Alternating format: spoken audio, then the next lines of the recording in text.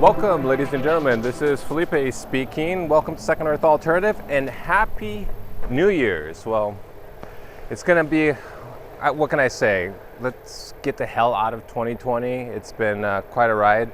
If you're wondering why I got a weird little bulge in my chest, it's really windy today, and I'm trying to kind of improvise to see if, a regular windscreen will actually work for this tiny little lav mic. But today, what I wanted to talk about is something a lot more positive. I want to talk about perseverance. And I'm not talking about persevering against all the political nonsense that we have gone through this year. I'm talking about the rover Perseverance, this little robot created by NASA that is supposedly supposed to not only go to Mars in a crater called the Jezero Crater, but it's gonna have something very unique, something that we have never seen before in a different planet. It's gonna have an actual helicopter called Ingenuity. And what makes this so unique is that I don't think there's ever been a flying vehicle in a different planet before. Now, if you followed this channel, you will have maybe recognized the symbol. I thought it was kind of, I don't know, I guess strange that at the plaque of this new rover that is supposed to essentially take off July 20th this year, that they have this symbol.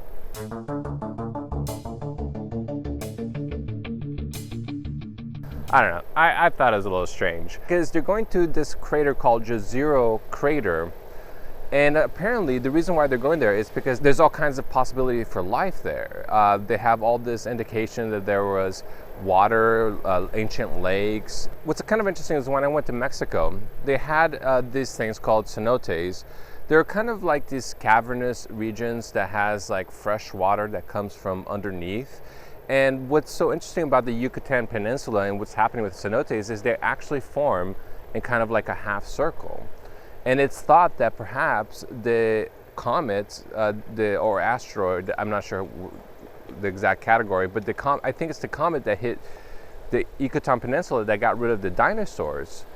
Well, that's what created the cenotes. So this place where essentially there's all this fresh water is in a way kind of representing what they're looking in Mars. They're looking for these crater-like locations where I guess fresh water at one point must have come from underneath. At least that's my assumption. But if you've never seen what a cenote looks like, well, take a look.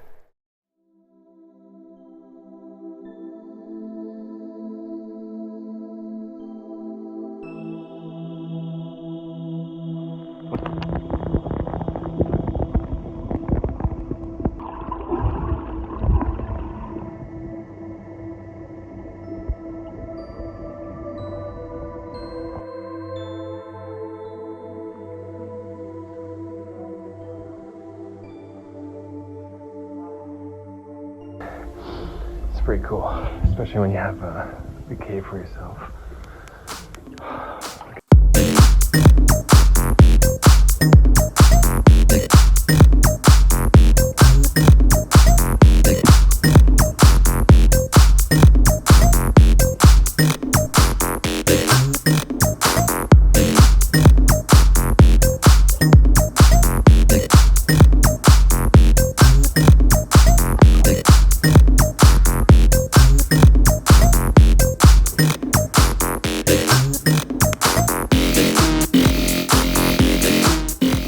Now, talking about Ingenuity, this rover trip to Mars is also going to test their capability of producing a type of oxygen from the actual Mars environment, which is said to be the actual fuel that Elon Musk wants to use. He wants to use liquid oxygen and liquid methane. Gotta watch out for the truck over here. And this oxygen it's part of the fuel that Elon Musk is hoping to use when he himself goes to Mars with people at some point. I think he's actually proposing to create liquid oxygen and liquid methane from the Mars environment so that they can actually create their fuel on Mars. Talk about ingenuity, Jesus. That's something. You think a little helicopter from Mars that lasts about 90 seconds is incredible? I mean, the idea of taking people to Mars and creating your own fuel, I mean, that's like a whole different level. Rock, you keep going, you hear me? You keep going, you're doing good, you keep going. Do not quit on me. So this trip, in a way, is actually going to help test some of these possibilities. And if you've never seen this Starship that Elon Musk is creating, and it's actually called the Starship, it's pretty, how do you say, it looks pretty futuristic. It's like the wave of the future has just arrived. Something that I thought was kind of interesting, and it kind of like echoes back to 2020 and the whole crazy politics, it's this idea of mob mentality. And Elon Musk really brings to mind an author that I think is very misunderstood. And this is Ayn Rand. And I read her works. One of my favorite books of all times is The Fountainhead. But what I really appreciated about the work, one idea was that oftentimes innovations, the things that society jumps and leaps and bounds with, these innovations are not created by a collective group. Oftentimes they're spearheaded by individual geniuses. You know, whether you're talking about Nikola Tesla or Edison in creating the light bulb, you know, these are single individuals who essentially invented something that lifted all of society. And usually when you have a kind of like a group mentality, it tends not to be so innovative. It's like there's a limit or a hindrance in this kind of genius potential. Of course, you have like these joint ventures like with NASA, and that's pretty amazing, but that's not exactly what Elon Musk has been doing.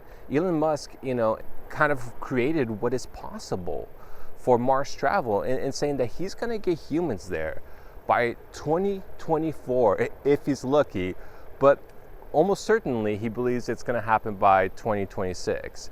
That projection is far, far beyond the collective group of NASA could ever deliver. And look, it's not just Ayn Rand who believes this. I mean, you want to talk about the nature of mob mentality? Even movies like Disney's Beauty and the Beast did a pretty good job of showing what mob mentality is like. Kill the beast!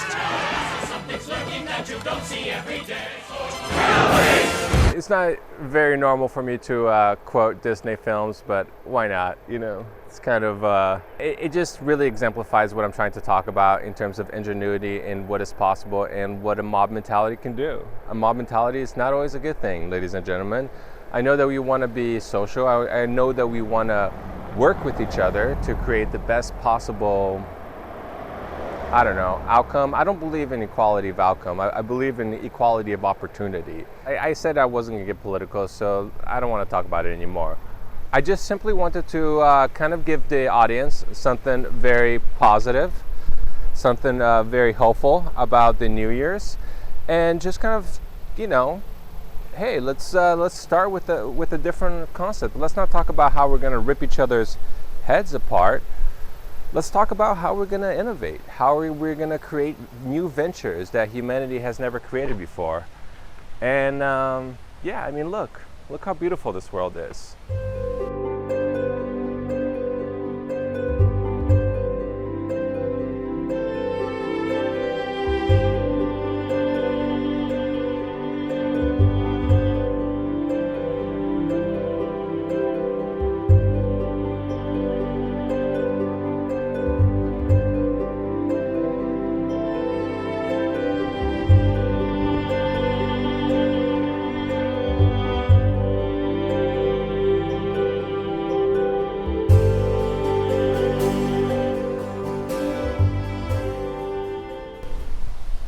You know, I was kind of thinking the Jezero Crater might look something like this. I'm not really certain.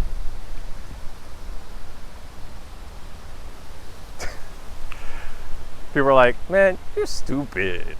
Stupid. Yeah, ladies and gentlemen, I just wanted to wish you a Happy New Year's. Something that also I haven't really told a lot of people, we have a short film It only has about like 26 views. I posted it on my other channel because I didn't want to interfere with Second Earth. But this is kind of like a project that I created. It was a challenge in a way because during the pandemic I didn't have access to my friends. I didn't have access to a film crew. And I thought, is it possible to essentially shoot a short film by yourself? So yeah, I mean, it's going to have its limitations. I mean, when you're shooting yourself, editing your own project, and essentially doing all the acting, you know, it's kind of like you have to direct yourself.